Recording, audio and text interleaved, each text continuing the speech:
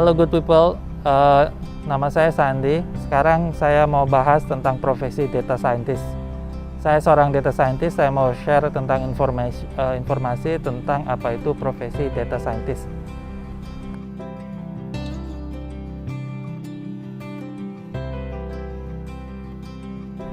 Jadi untuk seorang data scientist itu keahliannya yang paling terutama adalah keahlian untuk melakukan penelitian, karena dia harus melakukan research. Walaupun dia di company, dia bukan di institusi ilmiah, tapi data scientist itu dia harus melakukan research. Jadi kemampuan untuk melakukan penelitian itu sangat penting di data scientist.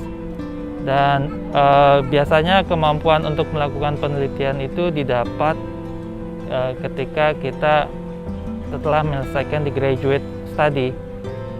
Jadi selama graduate study itu kita diasah untuk melakukan penelitian. Jadi diasah keahlian untuk melakukan penelitian itu diasah di sana. Selain itu, selain untuk keahlian melakukan penelitian, yang dibutuhkan juga adalah keahlian untuk dia bisa implementasi, karena ini kan bukan research saja, tapi kita harus buat produk. Jadi harus melakukan implementasi dari penelitian untuk menjadi sebuah produk. Dan penelitian itu biasanya tersimpan dalam jurnal-jurnal ilmiah dan harus diimplementasikan dalam sebuah produk.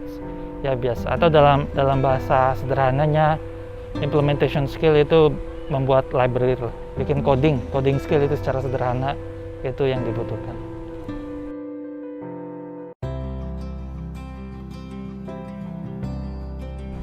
Seorang data scientist itu kualifikasinya beragam, karena itu kan ada sebuah struktur organisasi. Tapi kalau dia harus melakukan penelitian, harus melakukan research, maka seorang data scientist kualifikasinya itu biasanya PhD atau doctorate.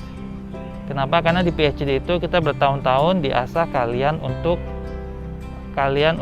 melakukan penelitian, research, dan juga publikasi jurnal ilmiah.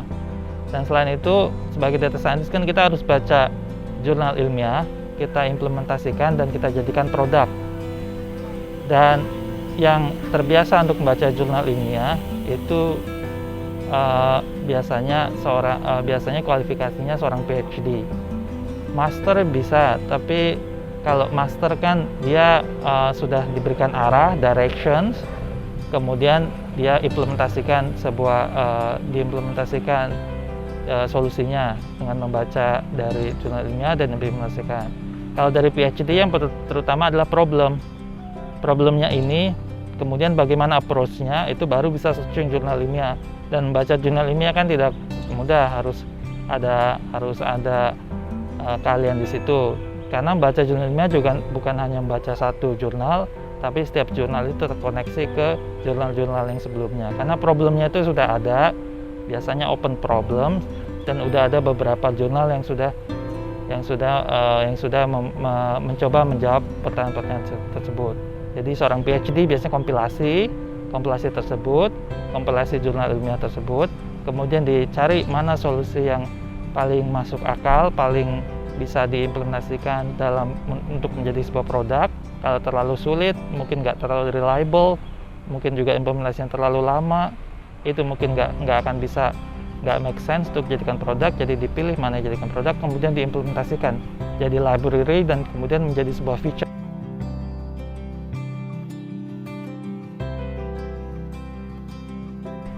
Ya, kalau misal data scientist itu problemnya beragam, tergantung company-nya itu bergerak di bidang apa. Di institusi ilmiah akan berbeda dengan company yang bergerak di bidang medis. Kalau misalkan kalau secara umum aja ya, salah satu problem yang dipecahkan adalah otomatisasi. Ya, jadi kita mau melakukan otomatisasi berdasarkan pattern yang udah ada, gitu. Jadi misalkan kalau misalkan di medis itu seorang clinicians itu dia kadang ada tedious, dia harus melakukan sesuatu yang berulang-ulang. Kalau diagnosa ini berulang-ulang, tapi patternnya kan sebenarnya sama. Kalau misalkan penyakit ini patternnya seperti ini, penyakit ini patternnya seperti ini. Jadi diagnosanya itu sebenarnya diulang-ulang karena sudah terbiasa saja, sudah tahu. Nah, salah satu data scientist adalah bisa menemukan pattern-pattern tersebut. Dengan adanya pattern-pattern tersebut, maka dengan demikian kita bisa memberikan suggestions bahwa ini diagnosanya ini loh, ini diagnosanya ini loh.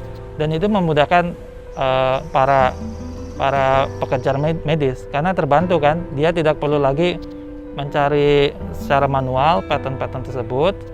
Dia hanya mendapatkan langsung suggestion, dicek ternyata benar, kemudian ada pattern lagi, dicek secara benar. Jadi membantu diagnosa. Itu salah satu aplikasi di bidang medis, salah satu aplikasi secara umum di bidang medis. Kemudian salah satu problem yang dipecahkan adalah mencari relevansi. Contohnya kalau kita Google kan, kita mencari relevansi, kita mau Google cara membuat kue bolu. Itu kan pada dasarnya kita mau mencari mana artikel yang punya relevansi ke usernya. Dan setiap user dia punya background information, setiap user dia punya age, punya gender, punya location, punya language, dan ada beragam informasi tersebut. Mana yang paling berkorelasi dengan kue bolu, artikel yang artikel yang di internet yang mencari kue bolu. Itu salah satu problem mencari relevansi. Dan selain Google juga di bidang yang lain pun banyak.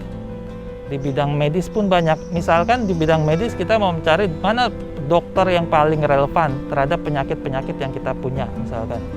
Ya mungkin kita masukkan background informasi kita simptom, kita sakit gigi, kemudian gejalanya seperti ini.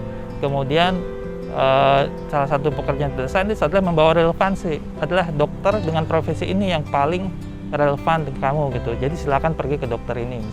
Itu salah satu problem yang dipecahkan di data scientist. Jadi secara umum adalah mencari sebuah relevansi dengan background information user-user yang sudah ada. Dan itu di berbagai macam aspek, di berbagai macam bidang itu banyak. Yang paling tadi saya berikan Google itu yang paling umum lah. Dan di bidang yang spesifik, di dalam bidang medis banyak relevansinya.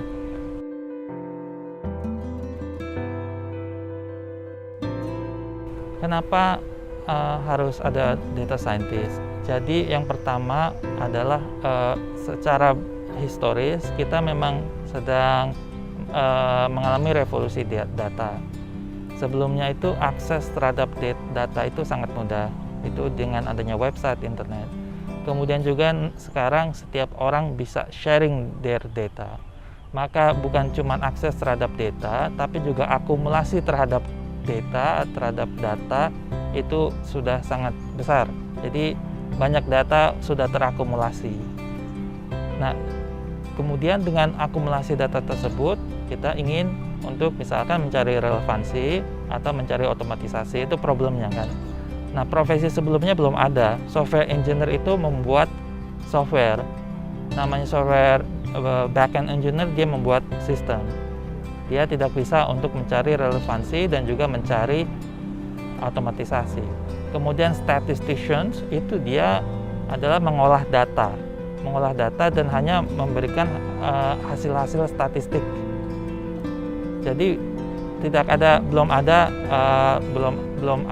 sebelumnya belum ada sebuah profesi yang memang khusus untuk mencari sebuah relevansi, mencari sebuah otomatisasi dan mampu mengimplementasikannya dalam untuk menjadi sebuah produk. Jadi profesi sebelumnya itu belum ada. Ini profesi yang baru, yang exponentially baru ada. Dan problemnya juga baru. Kenapa problem baru? Karena sebelumnya belum ada akumulasi data kan. Sekarang udah ada akumulasi data. Ya, jadi itu kenapa problem data scientist itu sangat dibutuhkan.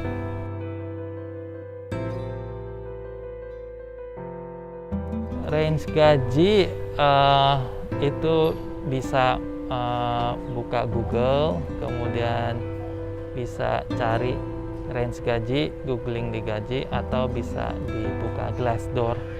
Itu di Glassdoor itu biasanya kan orang volunteer, mereka mau masukkan range gaji mereka. Jadi dicek di sana saja ya, di Glassdoor.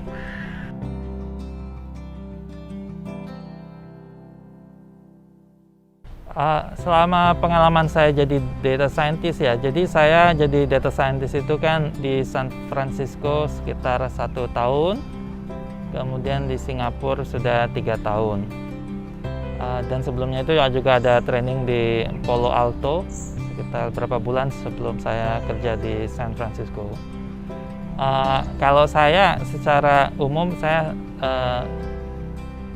ya satisfied lah dengan profesi tersebut, karena kan memang background saya seorang saintis, saya teredukasi untuk menjadi saintis. Setelah saya selesai doktoral studi saya, jadi saya juga cari profesi mana yang kira-kira nyaman buat saya, dan saya pikir ini data scientist juga cocok buat saya. Kenapa? Karena kita juga bukan hanya membuat software atau membuat produk, tapi juga kita melakukan penelitian juga. Jadi kita baca jurnal ilmiah, jadi ada open problem, kita baca jurnal ilmiah dan kita implementasikan itu, dalam coding jadi sebuah library, jadi sebuah software, kemudian bisa terintegrasi jadi sebuah produk. Sepanjang saya 4 tahun jadi data scientist, kalau dengan pengalaman saya waktu saya research, ya memang ada banyak perbedaan, karena research kan fokus untuk dia akumulasi knowledge kan, kita produknya adalah knowledge. Kalau data scientist kan tetap outputnya adalah produk gitu. Ada transisi perbedaan konsep sih memang dari bidang scientist dan data scientist. Dan data scientist kan memang buat produk yang akan digunakan di company. Itu berbeda dengan scientist yang memang dia outputnya adalah ilmu pengetahuan yang bekerja di institusi ilmiah. Tapi ya bagi kalian yang tertarik, ya silakan, karena ada beragam, ada banyak jalan. Kalau mau jadi ilmuwan, ya bisa mengambil jalan jadi ilmuwan, di mana dia publikasi itu sangat penting dan menghasilkan outputnya adalah ilmu pengetahuan. Kalau menjadi data scientist, ya dia adalah mengaplikasikan open problem yang ada dari berbagai macam suggestion of open solution dari jurnal ilmiah, kemudian diimplementasikan dalam sebuah produk. Dua-duanya sama-sama menantang, tantangannya berbeda, dan dua-duanya bukan yang equivalent, dua-duanya adalah dua arah yang berbeda. Kalau saya secara pribadi sih, saya lebih nyaman, lebih senang di data scientist, karena ada real problems, ada open problems, ada potential solutions yang didokumentasikan dalam bentuk jurnal ilmiah, kemudian dicoba dipecahkan dan juga jadi sebuah produk sampai itu marketing dan digunakan oleh customer, oleh user, dan user memberikan feedback, bagusnya bagaimana, apakah relevansinya relevan, apa relevansinya kurang relevan, bagaimana bisa diimprove. Jadi secara umum dan juga secara pribadi, ya saya sekarang satisfied lah dengan profesi ini. Dari segi tantangan juga satisfied, juga dari segi finansial juga lumayan satisfied. Oke, saya rasa sih itu aja.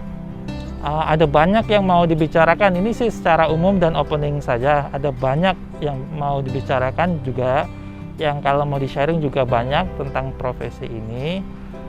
Itu bagi yang kalian ingin tertarik ya bisa tulis komen di bawah, mungkin ada yang partikular, mungkin ada sesuatu yang partikular yang tertarik. Jadi begitu saja, good people.